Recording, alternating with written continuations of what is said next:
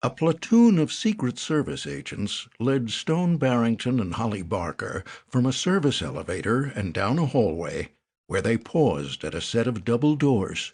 "Ready?" Stone asked Holly. "No," she replied firmly. "Take a few deep breaths," he advised. She did so, then shook her shoulders.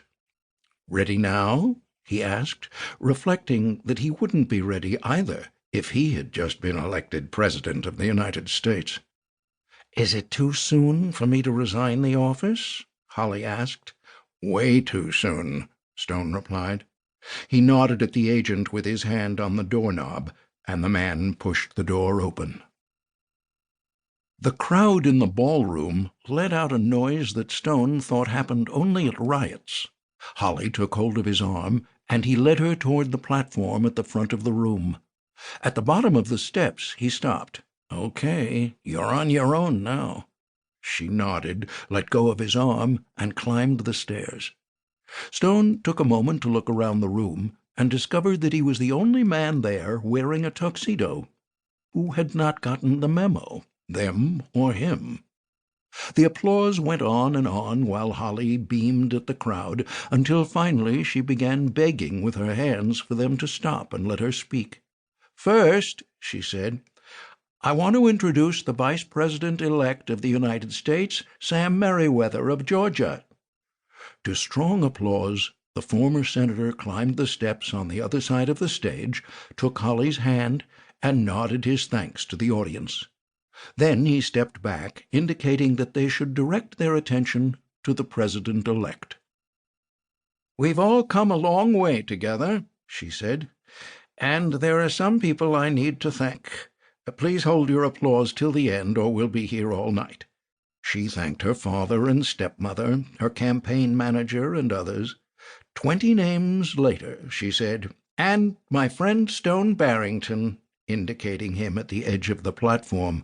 A spotlight caught him.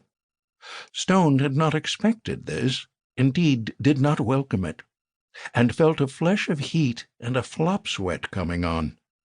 He nodded a couple of times. Photographers' strobes flashed, and iPhones were held up by people in the audience. Then, mercifully, the spotlight went elsewhere, and he was able to pat his face with a handkerchief and cool down a bit. He wondered how he could gracefully get out of the room without being noticed, then realized he was stuck there as long as Holly was. Holly made a short, graceful speech about what it meant to her to be elected president, just short enough to make the lead for all the news shows. Then she left the stage and walked around the room alone, shaking hands and exchanging air kisses. At a signal from her, the orchestra struck up a tune, and people rose and started dancing. Holly made her way back to Stone, and they were directed out a door at the rear of the platform and into a green room, where staff and close friends awaited. She repeated her stroll around the ballroom. A half-hour later, they were led out of the room, followed by Holly's father, Ham Barker, and his wife, Ginny.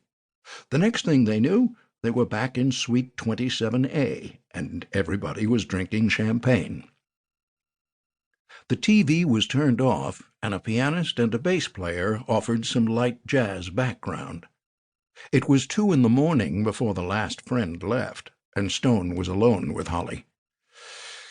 "You look a little peaky," she said to him. "God, I forgot you're just out of the hospital. Let's get you to bed." Stone allowed her to help him undress and rehang his arm in the sling. Then they settled into bed. "What does tomorrow hold for you?" Stone asked. "I've told the staff I want a week off, and I don't care if they like it or not," she said. "Where can we go to be alone?" "Do we have to stay in the country?" "Oh, yes. Traveling abroad is going to be a very big deal for the next few years."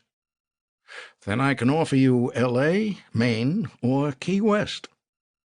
"Too many people in L.A. Too hot in Key West. That leaves Maine." "Do you have a coat?" "I can go shopping in the morning." "Really? And cause a riot on Madison Avenue?" "Oh, all right. I'll have somebody bring a few in for me to choose from."